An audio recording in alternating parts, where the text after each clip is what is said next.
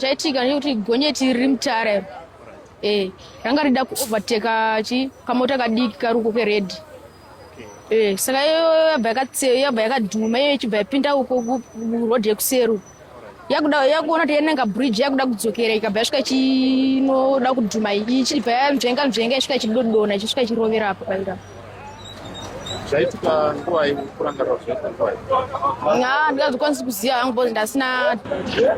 Muri yeZimbabwe, zita ndinoitwa Kenan Jethro mwana wakwamutero. Ndiri pano about 20 kilometers away from Kadoma and about 40 kilometers away from Kwekwe. Pano paitika tsaona inoinvolva 2 matrucks ne1 mota diki.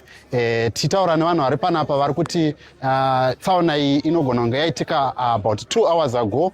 Zvaita madelays amuri kuona kumasure uku kwandiri kubva uku kune madelays emota dziri kubva kuHarare, zvakare kune madelays emota dziri kubva kuBulawayo.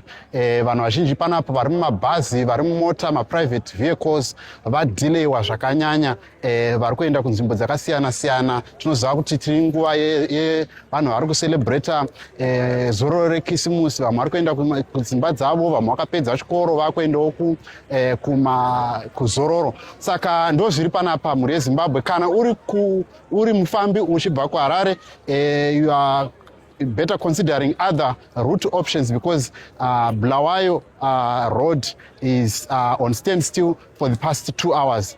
This is me reporting, and as you can see the visuals dziri kumasure kwangu. Rekezai tinzwe hurukuro yataita nemukomana aona zvichiitika kuti chii chambotora nzvimbo pano road inoenda kuBulawayo ichibva zvakare kuHarare. Chaitika ndekuti gonyeti riri mutare. Ranga rida kuovateka kamota kadiki kari uko keredhi. Saka yabva yakadhuma iyo ichibva yapinda uko kurodhi yekuseru. Yakuona kuti yenenga bridge yakuda kudzokera ikabva yasvika ichinoda kudhuma ichibva yamzvenga yasvika ichidodona ichisvika ichirovera apo paira. Zvaitika nguva kurangarira zvaitika nguva ndingazvikwanisi kuziva hangu bozi ndasina time. Unogara kuno? Ndogara kuno. Saka zvaibva pane zvaitika pane vakuwara here? Panoona vakuwara? Hapana kuwara zvapasi. Pane adhumi wanga ari kuseru anonga achinhonga zvigubhu musadi metara. Ndo zvaita kuti mota dzimire dzisakwanise kudarika bozi iri pakati petara. Unogara muno? Wakamira wanga uri papi pazvaitika? Ndandiri uku kuseru uku ndakamira apo pamutava. First time here yako kuona? Haisi first time. First time? Haisi. That's first time? Haisi. Panapa panotori pane mhepo here bozi ndo panongowanze kubhekira mota dzakawandisa. You can see, people of Zimbabwe, this is the vehicle that is in front of me. That was in front of that truck that you are seeing that is on the side. Saka matauriro ari kuita driver ndataura naye aramba kutaura pakamera ari kuti iye anga achibva kuKadoma rather, ndobva aovateka imwe mota. Paada kuzochino overtake mota yechi2 ndopaona mota iyi ichitsika mabreak, ndobva yazonorohwa nemota iyo yamuri kuona irapo. Iyo truck iyo ari kuti iye muridzi driver wetruck ari kuti iye azorohwa nekumasure oro netrailer this other truck ndozvazoita kuti mota yake ibude off the road. Saka as you can see, there has been so much delays here. So many buses are coming from this side, and also there are buses that are coming from that side.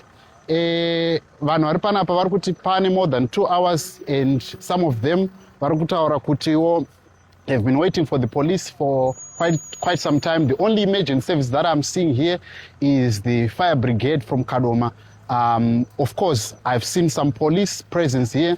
We are yet to hear whether there are any casualties from the authorities, but this is the situation that we have right here on Harare-Bulawayo Road, on 20-kilometer peg from Kadoma and 14-kilometer peg away from Kwekwe. This is me, Jethro, Kenan Mutero reporting for JCTV Africa and Sly Media TV. Toonana pamaprogram anotevera.